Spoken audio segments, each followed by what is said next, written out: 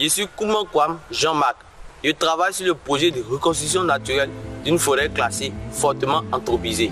Prenons le cas de la forêt classée du Haut-Sassandra. Cette magnifique forêt, située au centre-ouest de la Côte d'Ivoire, a perdu plus de 70% de sa superficie forestière pendant la période de crise de 2002 au profit des plantations cacaoyères.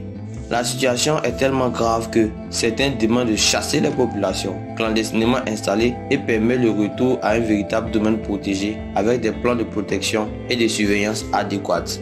D'autres par contre proposent la transformation de toute la forêt classée du Haut-Sassandra en une vaste plantation cacaoyère. Dans l'hypothèse où les autorités décident d'évacuer les populations infiltrer et redonner à la forêt classée la possibilité de se reconstituer ou au contraire déclasser la forêt pour autoriser l'installation des cultures agricoles. Il est important de faire un état de la diversité floristique actuelle et juger le potentiel de régénération naturelle de la forêt. Ainsi, l'objectif de cette étude est de déterminer l'aptitude de la charge sémencière actuelle du sol à permettre une régénération naturelle. Pour atteindre cet objectif, 12 parcelles permanentes de 2500 m² ont été installées dans la forêt classée du Haut-Sassandra, dont 3 dans les forêts résiduelles et 9 dans les cacaoyères. Dans chacune de ces parcelles, tous les arbres de diamètre à hauteur de poitrine supérieure ou égale à 5 cm ont été géoréférencés et étiquetés. Après 3 années de suivi, les résultats montrent que la richesse spécifique a augmenté de 350% dans les cacaoyères sans désherbage avec récolte de cabosses. En somme,